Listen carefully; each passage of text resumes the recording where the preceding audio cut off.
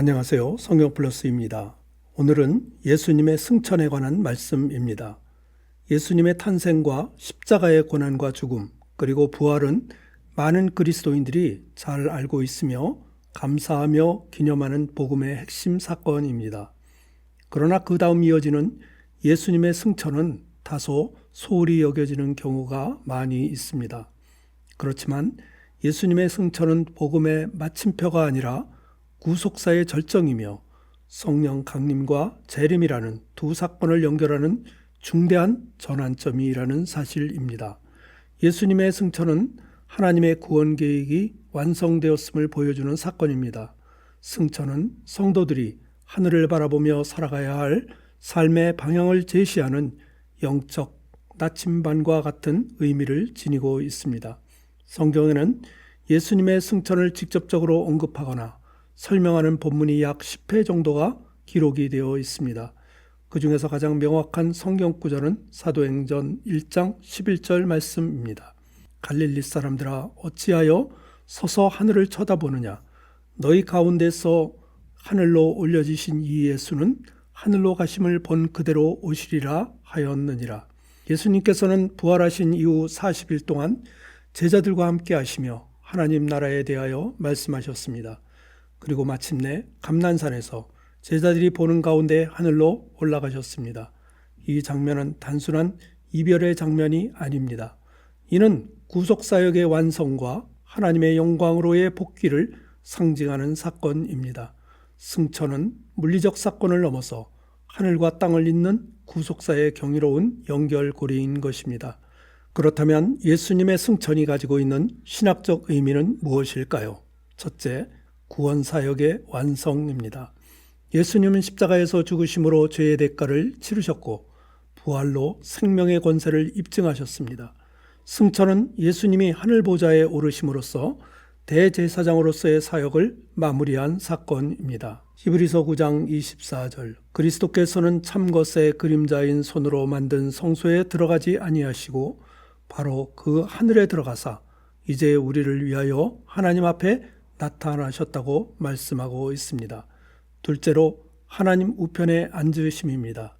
이 말의 의미는 권세와 주권의 상징입니다.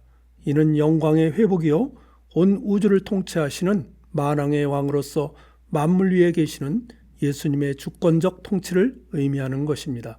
에베소서 1장 20절 말씀 그의 능력이 그리스도 안에서 역사하사 죽은 자들 가운데서 다시 살리시고 하늘에서 자기의 오른편에 앉히사 모든 통치와 권세와 능력과 주권과 이 세상뿐 아니라 오는 세상에 일컫는 모든 이름 위에 뛰어나게 하셨다고 말씀하고 있습니다. 세 번째로 하늘에서 중보자로서의 시작입니다. 예수님은 승천 이후에도 우리를 위해 쉬지 않고 중보하시는 분이십니다. 히브리서 7장 25절 말씀 그러므로 자기를 힘입어 하나님께 나아가는 자들을 온전히 구원하실 수 있으니 이는 그가 항상 살아계셔서 그들을 위하여 간구하심이라. 우리가 기도할 때 그 기도는 하늘 보좌에 계신 예수님께로 전달이 됩니다.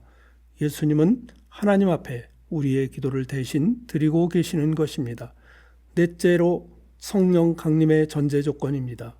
예수님의 승천이 없이는 성령 강림도 있을 수 없습니다. 예수님은 이와 같이 말씀하셨습니다. 요한복음 16장 7절 말씀 내가 떠나가는 것이 너희에게 유익이라 내가 떠나가지 아니하면 보혜사가 너희에게로 오시지 아니할 것이요 가면 내가 그를 너희에게로 보내리라고 말씀하셨습니다. 주님의 약속대로 오순절에 임한 성령 강림 사건은 교회의 시작이 되고 우리 안에 거하시는 하나님의 임재의 시작이 됩니다. 예수님의 승천은 이와 같이 복음의 마침표가 아니라 구속사의 절정이며 중보자의 시작과 성령 강림의 약속을 시행하는 중대한 사건인 것입니다. 그렇다면 예수님의 승천이 뜻하는 역사적인 중요성은 무엇일까요? 초대교회는 예수님의 승천을 단순한 이적이나 상징으로 여기지 않았습니다. 예수님의 승천은 역사적 사건이자 신앙 고백의 핵심 사건이 되었습니다. 사도 신경에도 보면 하늘에 오르시어 전능하신 하나님 우편에 앉아 계시다가라는 신앙의 고백이 있습니다. 초대교회는 예수님의 승천이 신화가 아니라 역사적 사실이며 구속사의 실제 사건임을 선포하고 있는 것입니다. 그 결과 교회가 탄생하고 복음이 전파되며 하나님의 나라가 확장이 되어갔던 것입니다. 또한 예수님의 승천은 예수님의 사역의 단절이 아니라 예수님의 재림에 대한 보증이기도 합니다. 사도행전 1장 11절에서 천사들은 제자들에게 말합니다. 하늘로 올려지신 이 예수는 너희가 본 그대로 다시 오시리라. 이 말씀은 승천하신 예수님이 다시 오실 것이라는 확실한 보증입니다. 우리는 지금 그 승천과 재림 사이에 놓인 교회 시대를 살아가고 있는 것입니다. 예수님의 승천은 또한 예술 작품에도 자주 등장을 하고 있습니다. 예술 작품 속의 승천은 감성과 신앙의 융합 형태로 나타납니다. 르네상스 시대의 미술에서 승천은 빛 가운데 떠오르는 예수님과 그분을 올려다보는 제자들의 경외심 가득한 모습으로 표현이 되고 있습니다. 이는 예수님의 승천이 단지 신학적 개념이 아니라 감성적이고 예배적인 깊은 주제로 자리 잡고 있다는 것을 보여주고 있습니다. 예수님의 승천은 오늘 우리의 삶에도 명확한 메시지를 던져주고 있습니다.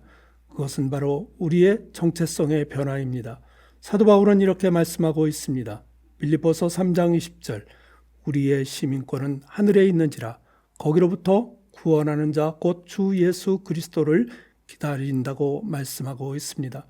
우리 그리스도인들은 모두가 이 땅 위에 살아가지만 하나님 나라의 시민권자라는 사실입니다.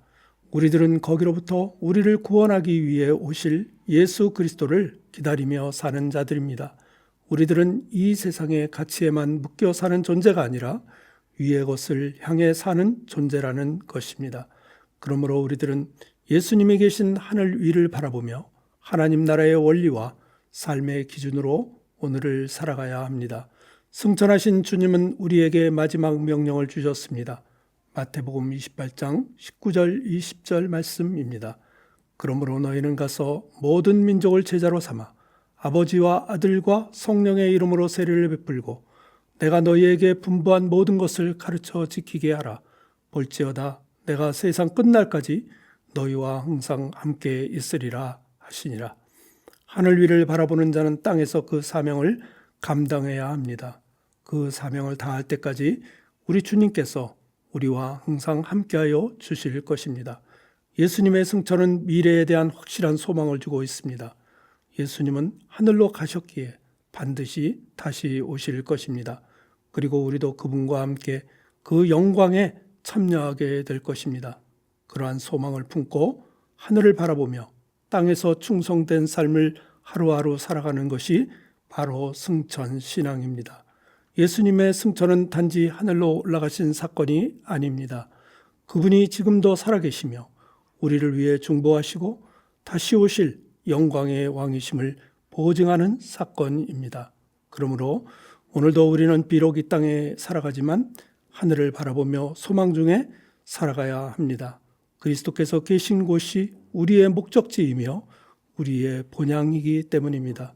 사도 바울은 오늘도 이렇게 말씀하고 있습니다. 골로새서 3장 1절 말씀.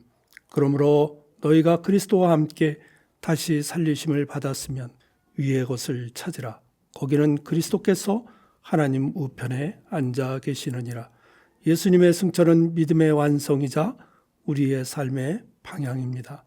우리 모두 하늘 아래에서 하늘 위를 바라보며 다시 오실 주님을 소망하며 기쁨으로 살아가시는 모든 성도님들이 되시기를 간절히 기도합니다.